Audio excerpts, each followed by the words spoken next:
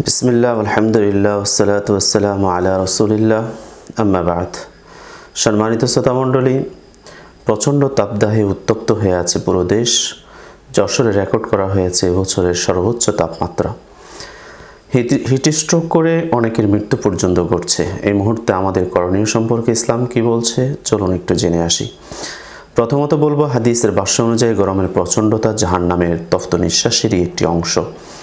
বুখারী শরীফের হাদিসে রাসূল সাল্লাল্লাহু আলাইহি ওয়াসাল্লাম বলছেন, ইশতাকাতিন নারু ইলা রাব্বিহা ফাকালাত রাব্বি আকালা বা'যি বা'যা ফাআযিনা লাহা বিনাফাসাইন নাফাসিন ফিশ শিতাই ওয়া নাফাসিন ফিস সাইফ ফাআশাদ্দু মা তাজিদুনা মিনাল হাররি ওয়া আশাদ্দু মা তাজিদুনা মিনাজ জামহারির।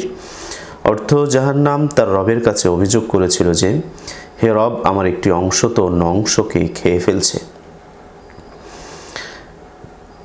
তখন আল্লাহ তাআলা তাকে শীত ও গরমের দুটো নিঃশ্বাস ছাড়ার অনুমতি দিয়েছিলেন। এখন তোমরা যে গরমের তীব্রতা ও শীতের প্রচণ্ডতা অনুভব করো, তা জাহান্নামের উক্ত নিঃশ্বাসদ্বয়ের কারণেই। তার মানে হলো, গরমের এই যে উত্তপ্ততা, তার উৎস কিন্তু জাহান্নাম থেকেই। জাহান্নাম কতটা তপ্ত নিঃশ্বাস ছাড়বে, পুরো পৃথিবীকে কতটা যন্ত্রণাদায়ক বানাবে, তা নির্ভর করবে আমাদের কর্মের উপর।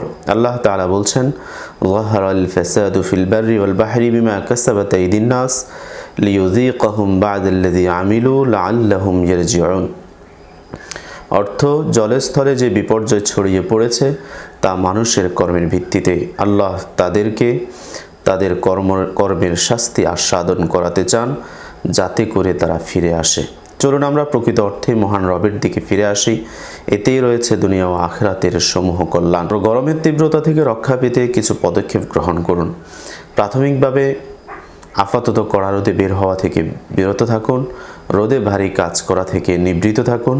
রাসূল সাল্লাল্লাহু আলাইহি ওয়াসাল্লামও এমন তীব্র রোদে জোহরের মতো গুরুত্বপূর্ণ ইবাদত পিছিয়ে দিয়েছিলেন।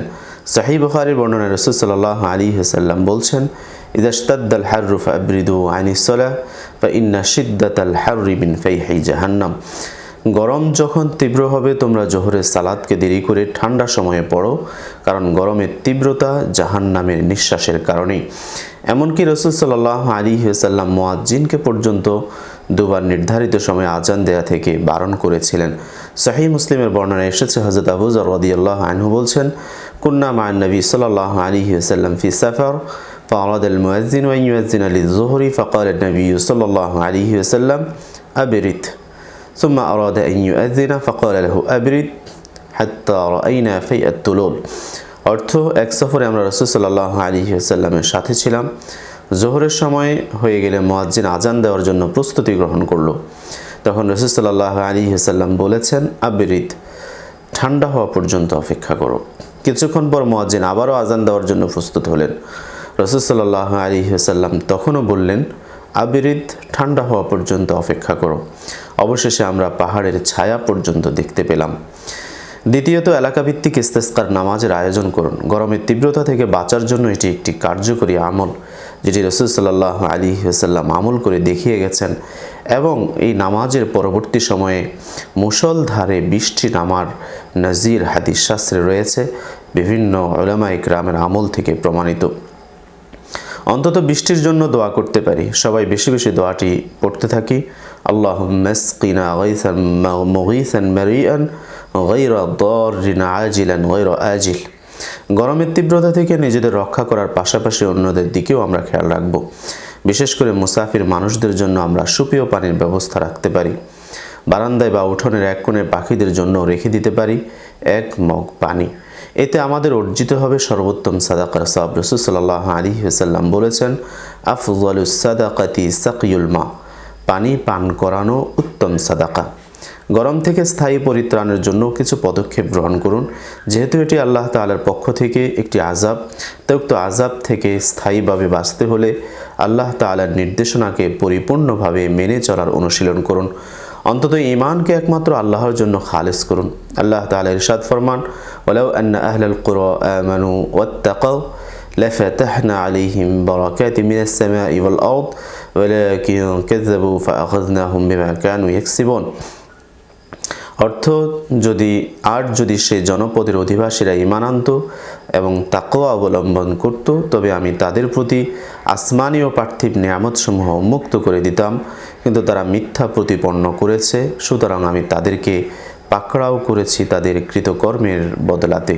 পাশাপাশি আমরা বেশি বেশি ইস্তেগফারের আমল চালু রাখবো। মনে রাখুন, ইস্তেগফার এমন একটি আমল যার দ্বারা যে কোনো সমস্যা থেকে সহজে উতরে যাওয়া যায়। কোরআন বলছে, ফাকুল তুস্তাগফিরু রাব্বাকুম ইন্নাহু কানা গাফফারা ইউরসিলিস সামাআ আলাইকুম মিদরারা ওয়া ইউমদিদকুম বিআমওয়ালিন ওয়া বানিনা ওয়া ইয়াজআল লাকুম জান্নাতিন ওয়া ইয়াজআল লাকুম আনহারা।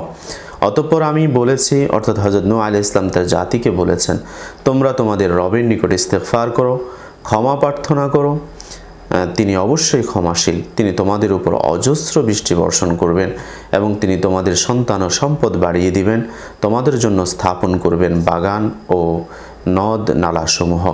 পরিবেশের ভারসাম্য ঠিক রাখতে কোরআন ও হাদিসে গাছ লাগানোর প্রতি যথেষ্ট উৎসাহ দেওয়া হয়েছে। সহিহ মুসলিমের হাদিসে রাসূল সাল্লাল্লাহু আলাইহি ওয়াসাল্লাম বলেছেন, মা মিন মুসলিমিন ইয়াগরিসু গারসান ওয়া ইয়াজরাউ যারআ ফায়াকুলু মিনহু তায়রুন ওয়া ইনসানুন ওয়া বাহিমা ইল্লা কানা লাহু সাদাকা। কোনো মুসলিম যদি একটি গাছ রোপণ করে কিংবা ফসল ফলায়, সেখান থেকে যদি কোনো মানুষ বা পশু পাখি খাবার গ্রহণ করে, তাহলে উক্ত ব্যক্তির জন্য এটি সাদাকা হিসাবে গণ্য হবে। রাসূল সাল্লাল্লাহু আলাইহি ওয়াসাল্লামের কিয়ামতের দিনেও যদি কারো কাছে কোনো চারা গাছ থেকে সেটিকে রোপণ করতে বলেছেন, অথচ আমরা কি করছি? আমরা শুধু গাছ কেটে ব্রিকফিল্ডের লাকড়ির যোগান দিচ্ছি। প্রকৃতিতে অক্সিজেনের উৎস ধ্বংস করে তাকে আমরা উপহার দিচ্ছি আগুন ও ধোঁয়া। এতে বিপর্যস্ত হচ্ছে জনজীবন, ক্রমশ উত্তপ্ত হচ্ছে পরিবেশ, বিনষ্ট হচ্ছে জনজীবন। আল্লাহ তাআলা আমাদেরকে সঠিক সমঝ দান করুন। সম্মানিত দ্বীনী ভাই ও বোনেরা, গরমের তীব্রতা অনেক সত্য। এই গরমে আপনি পরকালীন গরমের কথা ভাবুন। যেদিন সূর্য মাথার খুব নিকটে অবস্থান করবে, গরমের তীব্রতায় মাথার মগজ গলতে থাকবে, মানুষেরা ঘামের নদীতে হাবুডুবু খেতে থাকবে। কেমন হবে সেদিন? সেদিনের জন্য মহান রবের কাছে ক্ষমা প্রার্থনা করুন। গরমের অজুহাতে ইবাদত থেকে দূরে সরে থাকবেন না। যথাসম্ভব যথাসময়ে ইবাদতগুলো আদায় করুন। তাবুক যুদ্ধের কথা কি আপনাদের মনে আছে? এখনকার সময়ের তুলনায় সে সময়কার গরম ছিল আরও বেশি প্রখর। মুনাফিকরা যখন বলেছিল, লা তানফিরু ফিল হাররি, তোমরা রোদের মধ্যে বের হইও না, তখন আল্লাহ তাআলা বলছেন, কুল নারু জাহান্নামা আশাদ্দু হাররা লাউ কানু ইয়াফকাহুন। রাসূল, আপনি বলে দিন, জাহান্নামের আগুন তার চেয়ে বেশি তীব্র, যদি তারা বিষয়টি অনুধাবন করতে পারত। আল্লাহ তাআলা আমাদেরকে জাহান্নামের প্রশ্বাস তথা গরমের তীব্রতা থেকে হেফাজত করুন জাহান্নামের যন্ত্রণাদায়ক আযাব থেকেও। আমিন ইয়া রাব্বাল আলামিন।